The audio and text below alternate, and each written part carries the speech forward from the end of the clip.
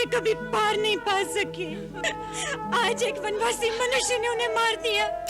दोस्तों, जब बात रामायण की होती है तो हमें राम, रावण का युद्ध, सीता का हरण और हनुमान जी द्वारा लंका जलाना बस यही याद आता है। लेकिन आपको बता दें कि रामायण का हर पात्र अपने आप में एक खास अहमियत रखता है और इन्हीं पात्रों में से एक पात्र है मंदोदरी का। जी हाँ, मंदोदरी, जिसे रावण की पत्नी के रूप में जाना जाता है। लेकिन मंदोदरी का परिचय केवल रावण की पत्नी तक ही सीमित नहीं है। आपको बता दें कि मंदोदरी बेहद खूबसूरत, पवित्र, पतिव्रता और धार्मिक महिला थी, जिसने एक तरफ सीता के अपहरण के लिए रावण की बार बार आलोचना की, तो वहीं दूसरी तरफ एक कर्तव्यपरायण पत्नी की तरह लगातार अपने पति को धर्म के मार्ग की ओर अग्रसर करने का प्रयास करा। दोस्तों, लंकापति रावण और मंदोदरी के विवाह के बारे में तो सभी जानते हैं, लेकिन कम ही लोगों को ये मालूम है कि रावण से विवाह के पूर्व जन्म में मंदोदरी मेंढक थी। उन्हें ये रूप माता पार्वती के श्राप की वजह से मिला था। पौराणिक कथा के अनुसार एक बार मधुरा नाम की अप्सरा घूमते हुए कैलाश पर्वत पर पहुंच गई।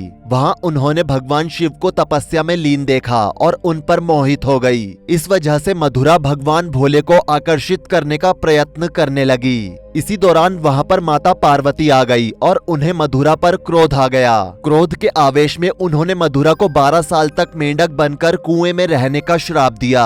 मधुरा ने पार्वती जी से बहुत कहा कि वो श्राप को वापस ले लें, अब वो ऐसा काम कभी भी नहीं करेंगी। लेकिन पार्वती जी ने एक नहीं सुनी। मधुरा रोकर शिव जी को पुकारने लगी और शिव जी से कहने लगी कि महादेव, मैंने जो किया है उसके लिए मैं आपसे क्षमा मांगती हूँ। मैं आज के बाद कभी ऐसा नहीं करूंगी, मुझे माफ कर दीजिए। शिव जी को उस पर दया आ गई और उन्होंने पार्वती जी से कहा कि इसे माफ कर दो, इसमें इसका कोई दोष नहीं है। पार्वती जी कहने लगी कि मैं श्राप दे चुकी हूँ, अब इस श्राप को मैं चाहकर भी वापस नहीं ले सकती। शिव जी के कहने के बाद पार्वती जी को भी उस पर दया आ गई और पार्वती जी ने मधुरा से कहा कि मैं इस श्राप को वापस तो नहीं ले सकती, लेकिन मैं तुम्हें एक चीज बता सकती हूँ जिससे तुम्हें इस श्राप से जल्द छुटकारा मिल जाएगा। तुम तपस्या करो, कठिन तपस्या के बल पर ही तुम्हें श्राप से जल्द मुक्ति मिल जाएगी। और पार्वती जी ने कहा कि जिस दिन तुम्हें इस श्राप से मुक्ति मिलेगी उस दिन तुम एक बच्ची के रूप में आ जाओगी और तुम्हारा नया जीवन फिर से शुरू होगा।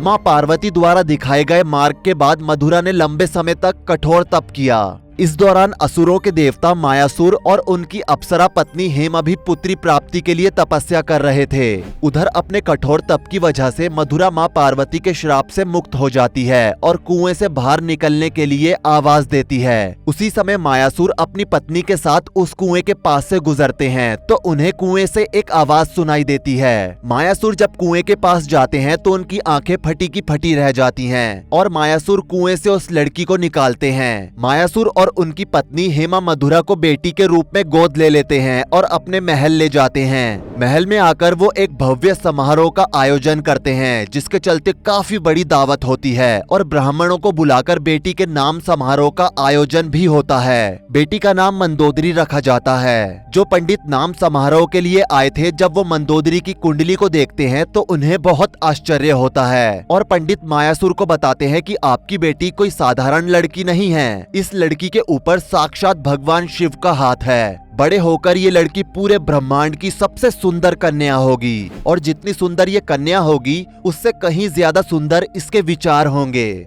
इस लड़की की शादी जिससे होगी वो भी शंकर का पुजारी होगा और शादी के बाद इसका पति तीनों लोकों का स्वामी बन जाएगा। इसके पास धन और वैभव होगा, ऐश्वर्य होगा और नौकर चाकर होंगे। लेकिन इस लड़की को कभी पत्नी होने का सुख नहीं मिलेगा, लेकिन ये अपने पति के लिए हमेशा पतिव्रता रहेगी और इस भव संसार से उसे तारने में मदद करेगी। इतना सब सुनने के बाद मायासुर को खुशी भी हुई लेकिन दुख भी हुआ कि मेरी बेटी को पति प्रेम नहीं मिलेगा और इस कारण से मायासुर दुखी रहने लगे और जब जब वो अपनी बेटी को देखते तो दुखी हो जाते। मंदोदरी बड़ी हो रही थी, उसका ध्यान पूजा पाठ में बहुत लगता था। वो सुबह उठकर सुबह की क्रियाओं से निर्वित होकर भाग जाती थी और फूल चुनती थी। फिर उसके बाद महल आकर उन फूलों की माला बनाती और भगवान शिव को अर्पण करती थी। उसके बाद मंदोदरी को धर्म का ज्ञान देने के लिए कुछ बड़े महंत और पंडित आते थे, जो कि उसे धर्म, वेदों और अर्थशास्त्र का ज्ञान देते थे। बहुत ही कम उम्र में मंदोदरी को वो सब पता चल गया जिसे जानने में लोगों की पूरी उम्र लग जाती है। दोस्तों ये बात भगवान को तो पता थी कि मंदोदरी का जन्म नहीं हुआ है, इसलिए देवतागण ने पंचकन्या पूजन का समारोह गठित किया। आपको बता दें कि पंचकन्या पूजन में ऐसी 5 कन्याएं पूजी जानी थी जिनका जन्म नहीं हुआ है, जो कि किसी न किसी श्राप के कारण धरती पर दुख भोगने वाली हैं। क्योंकि ये कन्याएं साधारण कन्याएं नहीं थी, इसलिए इन 5 कन्याओं में ऋषि गौतम की पत्नी अहिल्या, पांडवों की पत्नी द्रौपदी, वानरराज बाली की पत्नी तारा, राजा पांडु की पत्नी कुंती और रावण की पत्नी मंदोदरी को शामिल किया गया था। इन 5 कन्याओं को इतिहास की सबसे बड़ी सती माना जाता है। एक बार मायासुर उपवन में अपने परिवार के साथ घूम रहे थे, तभी उस जगह से रावण का निकलना हुआ।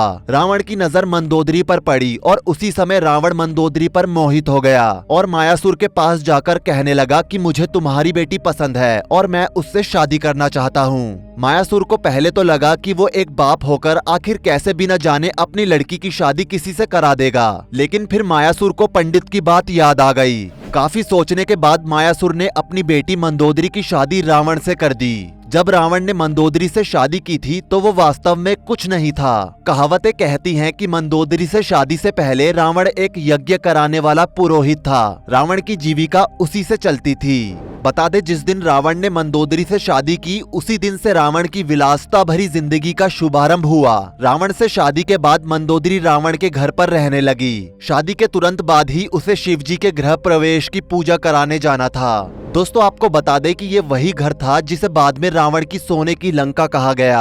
असल में इस लंका का निर्माण भगवान शिव ने कराया था, लेकिन जब शिवजी ने रावण से अपने सोने के घर के लिए गृह प्रवेश की पूजा कराई तो बाद में रावण ने शिवजी से दक्षिणा में वो घर ही मांग लिया और शिवजी ठहरे दानी। शिवजी ने रावण को वो घर दे दिया। रावण ने उसे नाम दिया लंका और तुरंत मंदोदरी के साथ वहाँ रहने लगा। मंदोदरी ने रावण के जीवन में जब से कदम रखा था तब से रावण की जिंदगी बदल गई थी। वो इतना बलशाली हो चुका था कि अब तो वो देवताओं को भी युद्ध के लिए ललकारने लगा था। तीनों लोगों को उसने जीत लिया था। कुबेर भगवान से लेकर शनि देव तक सबके सब उसके दास थे। 9 ग्रह उसके कहने पर चलने लगे थे। वो अपनी ताकत, सत्ता और विलासता में इतना ज्यादा घमंडी हो चुका था कि अपनी पत्नी की इज्जत करना छोड़ चुका था।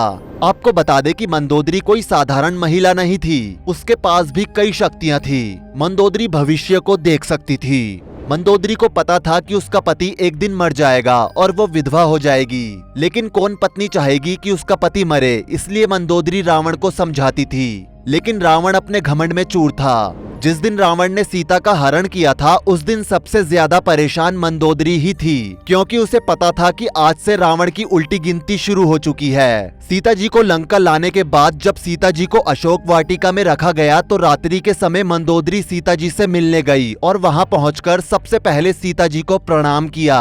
मंदोदरी ने सीता जी से कहा कि मुझे पता है आपके पति श्री राम आपके लिए सब कुछ हैं और मुझे ये भी पता है कि श्री राम अपनी सीता को लेने यहाँ आएंगे और मेरे पति का वध कर देंगे। मैंने उन्हें समझाने की बहुत कोशिश की लेकिन वो किसी की भी नहीं सुनते। दोस्तों कई बार तो ऐसा हुआ कि मंदोदरी के पूजा पाठ और उसके पतिव्रता के कारण रावण बड़ी बड़ी मुश्किलों से बच आया, लेकिन उसे ये लगता था कि वो इसलिए बचा क्योंकि वो रावण है। जब श्री राम ने रावण को युद्ध भूमि में मार दिया तब मंदोदरी ने श्री राम से मिलने की इच्छा जताई और जहाँ पर रावण मृत्यु अवस्था में पड़ा था वहाँ पर गई। उसी जगह पर श्री राम जी भी बैठे थे। श्री राम जी को ऐसा लगा कि जैसे उनके पीछे कोई आ रहा है। श्री राम जी ने परछाई में देखा तो कोई स्त्री जिसके लंबे केश हैं वो उनके पीछे आकर खड़ी हो गई है। श्री राम तुरंत उनकी तरफ मुड़े और अपनी नजरें नीची करते हुए बोले, मुझे क्षमा करें माते, मैंने ही आपके पति को मारा है। इसे सुनकर मंदोदरी ने कहा कि मुझे पता है आपने जो किया सही किया,